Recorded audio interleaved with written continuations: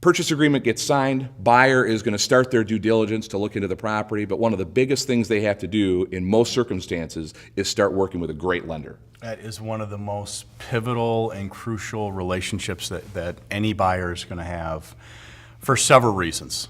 One, we got to make sure it closes on time. A lot of the purchase agreements have a hard closing date, especially in a market like ours, where the closings are stacked back to back. So that seller needs those proceeds. It needs the deal to fund so that they can buy their replacement property.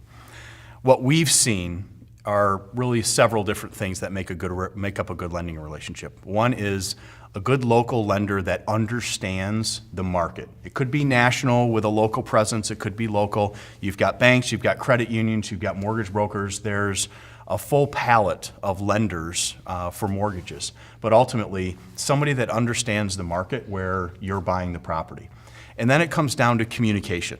It's not just price and terms.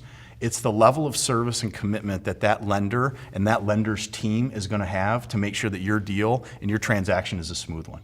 And I think that's where, when you talk about the pricing of a loan, people are so focused on interest rates and things like that. And lending is a lot like anything else in the world. You get what you pay for. Yeah. And we see so many times that, the lender that might be just an eighth of a point higher than the next lender is so worth it because they've got a great relationship. They've got the folks, the people in the back room that they're properly staffed and they're interested in your deal. Yep. Don't always go with the cheapest company. And under the new regulations, there's two forms that you need to make sure you have the opportunity as buyers to review in advance. The day of closing is going to be stressful enough. We said before that you shouldn't learn anything in the closing room.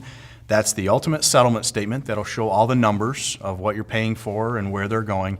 And then there's the closing disclosure. And that really lays out the very granular terms of the loan program.